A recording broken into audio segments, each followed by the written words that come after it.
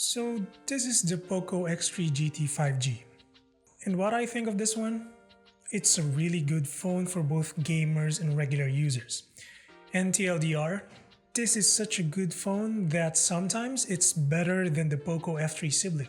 But before you get this phone, you have to know some of the quirks of owning this kind of device. To all the subscribers, welcome back and thanks for stopping by once again. And if you're new here, I create tech videos, so feel free to drop a sub to get notified of new content. The POCO X3 GT may be relatively new to some markets, but in China it already debuted months ago as the Redmi Note 10 Pro 5G.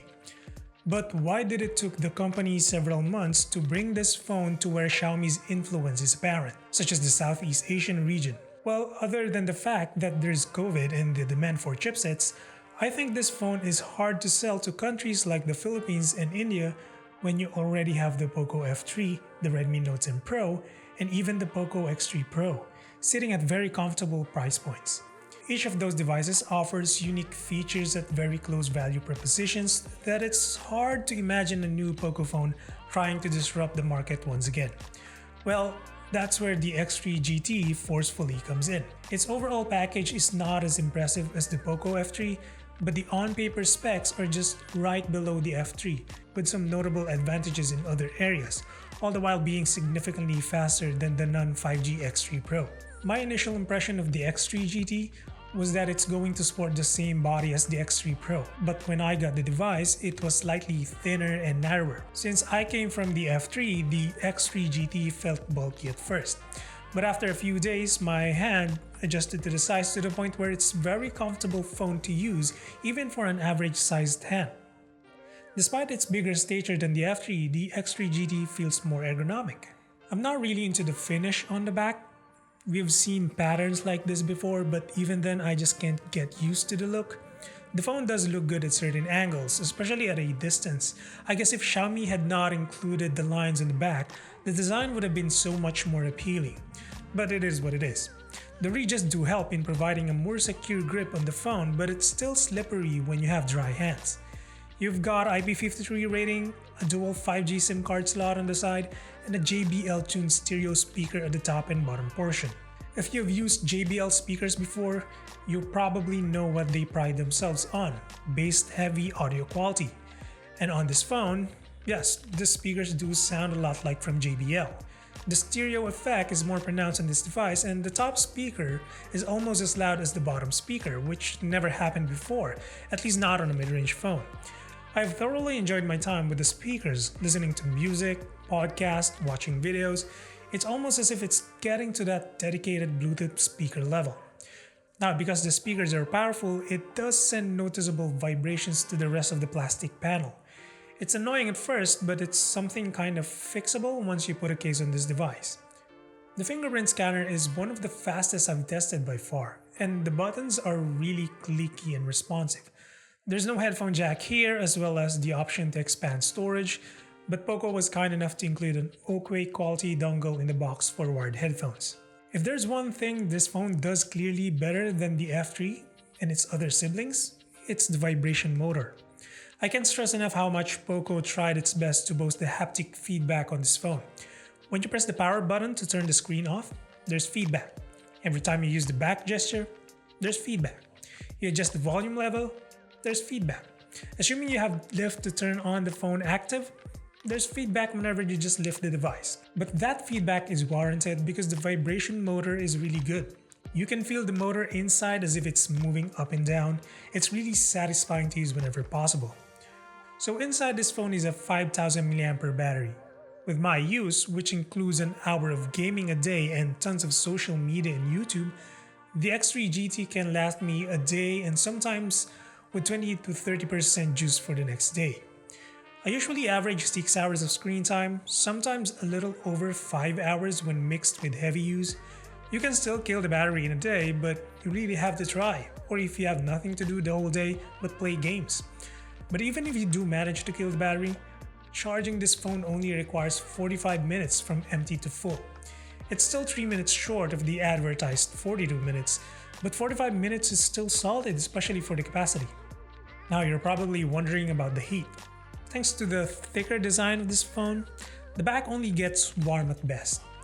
It's almost as warm as the F3 when charging at 33 watts. Before we get into performance, let's talk about cameras real quick. On paper, the X3 GT sports the same setup as other mid-range phones. It has a 64 megapixel main camera, coupled with an 8 megapixel ultra-wide and a 2 megapixel macro. The overall quality is good enough.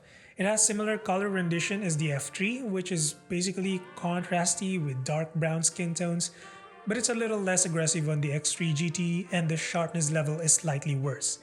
If you do intend to shoot with the macro lens, you'll get better shots with the 2x digital zoom instead. The 16 megapixel selfie camera is okay. I found my shots to be lacking in sharpness and the sensor seems to struggle in finding the right focus. Selfie video recording is capped at 1080p 30 frames but lacks any form of stabilization. But the main camera on the back delivers strong stabilization at every resolution, including 1080p 60 and 4K 30.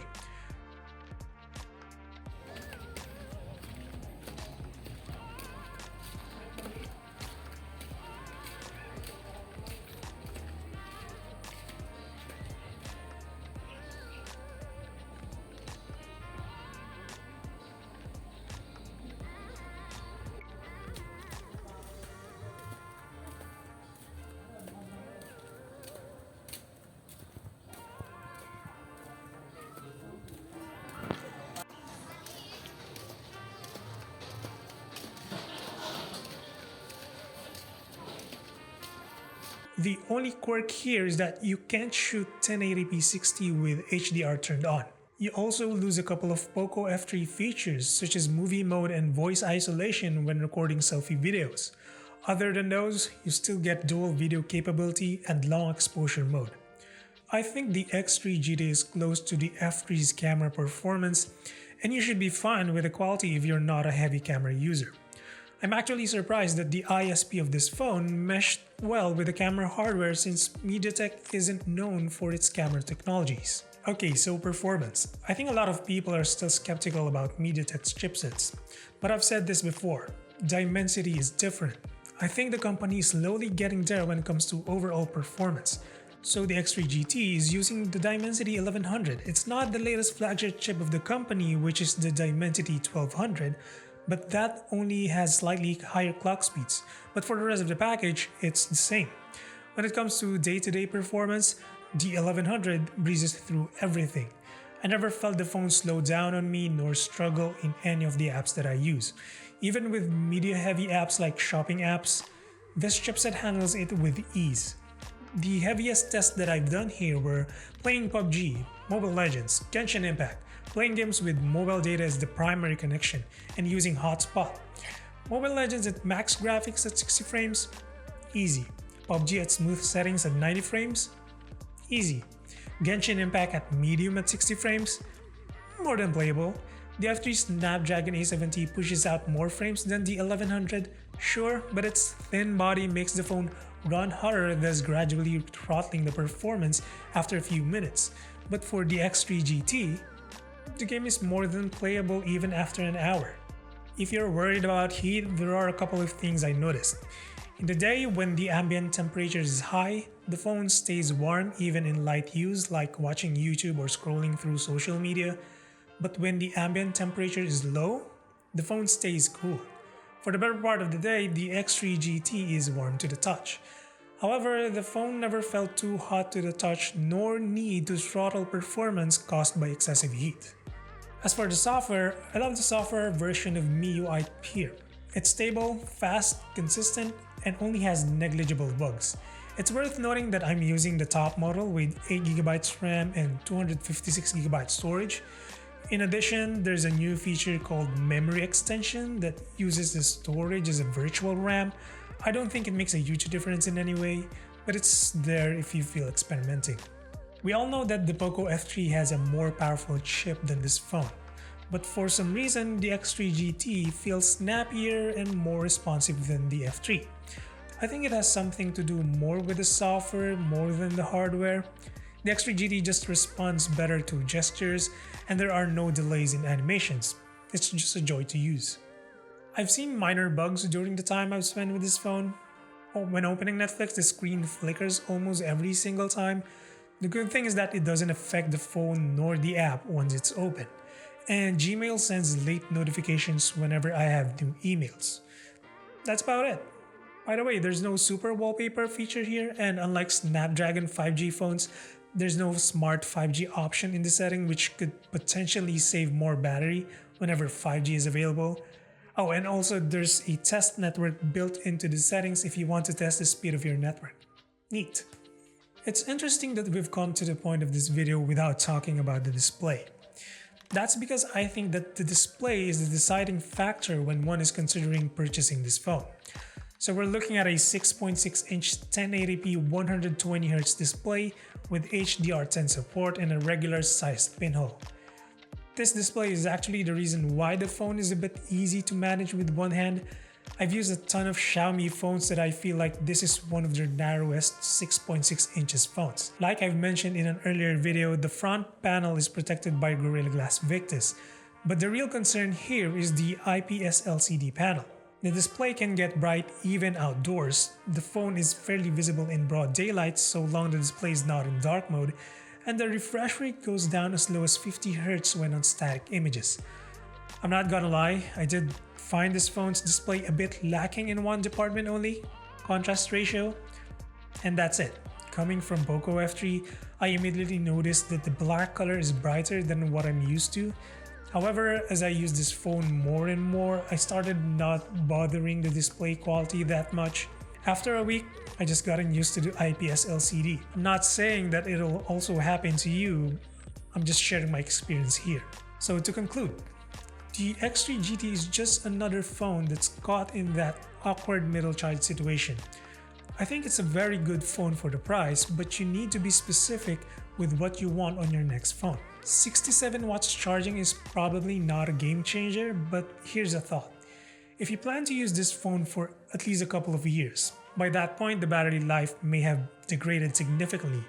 I've been using my Galaxy Note 9 for nearly 3 years and its battery is now below average by today's standards. While I could change the battery with a new one, the battery is still enough for light to medium use, and I don't want to lose my IP68 rating. But charging at 15 watts is a pain in the neck, so even if you do have a phone that doesn't last as long before, having to top up in less than an hour is a handy feature to have in the long run. I also think you need to be more of a gamer to be convinced here, because while the F3 is the better phone, I think the X3 GT is the better gaming phone. But now that we already have a clear idea of how the Dimensity 1100 performs, I think this is a good setup for the POCO F3 GT, which is a real gaming phone that features real buttons for gaming.